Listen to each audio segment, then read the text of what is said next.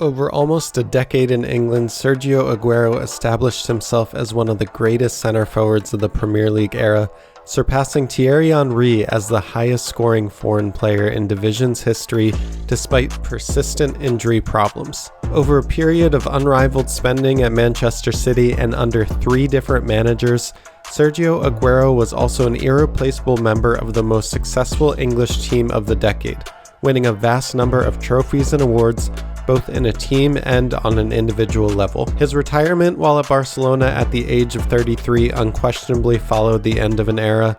Aguero, David Silva, Vincent Kompany, and players like Yaya Touré were the most responsible for delivering so much success, and by the start of the 2020 season, only Sergio Aguero remained at Man City. Guardiola once said of Aguero, "He can score from everywhere, in all positions. He's an incredible striker, incredible. That he has more goals than a legend like Thierry Henry is an incredible achievement." Aguero was one of the world's best strikers largely because he got into a position to score so frequently, be that through clever off-the-ball movement or creating a shooting opportunity of his own. The timing of his runs and the subtle movements to lose a marker and reach the end of a ball into the penalty area were some of his greatest strengths. He was an attacker who looked to get in behind opposing defenses. Sergio Aguero tended to make his runs on the blind side of a central defender to give him the best chance of getting in on goal, and if that defender turned to see his run, it would mean that they had taken their attention off the ball, which also gave Aguero an advantage. Aguero's instinct was to be more penetrative with his movement. He also adjusted his game to better suit Guardiola's style of play after the Spaniards' arrival at City to play a more possession-based game. Now, I will say the caliber of pass that came his way at City certainly contributed to the success that he had, and he built a hugely effective understanding with their playmakers, particularly Kevin De Bruyne. After taking a central position, usually between the opposing center backs, Sergio Aguero increased his speed as soon as he saw his teammate glance up to look his way, and made his move into space in the hope of providing a bigger target for the player delivering the ball. The other interesting part of Aguero's game is that the majority of his shots and goals came off of a single touch, an ability that made him even more dangerous in the area because he didn't need time to set himself before taking a shot. However, when he had the time and space, he was capable of taking an additional touch, readjusting and getting his shot off quickly if the attempted assist was not as in his shots, that he didn't need long to take a touch and shoot. The combination of his movement and positioning complemented his incredible finishing ability.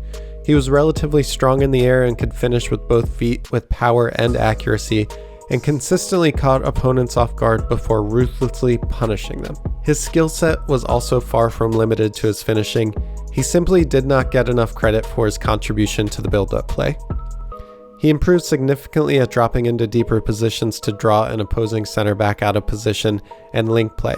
He rarely caught the eye because he didn't have the vision or passing ability to play killer passes, maybe like a center forward such as Harry Kane, but he played a very important role in disrupting the opposition's defensive line through his movement and a simple passing game that meant he usually retained possession, which was something that was key for Guardiola. I think it speaks volumes about Aguero's importance to City that he remained the first choice center forward throughout his time in Manchester, and perhaps most significantly for the duration of his and Guardiola's time at the club. Speculation as to whether Aguero was the type of forward that Guardiola favored when he took over in 2016 persisted. Some questions if Aguero was comfortable enough coming in to get the ball deep, or if he could adapt to the demands and intensity of Guardiola's coaching and playing style. Those doubts were constantly proven unfounded. Aguero not only kept his place in the team but was City's top goal scorer every single season between his arrival in 2011 and 2019. He was only beaten to that title by Raheem Sterling in 2019, when injury meant he only started 18 Premier League games.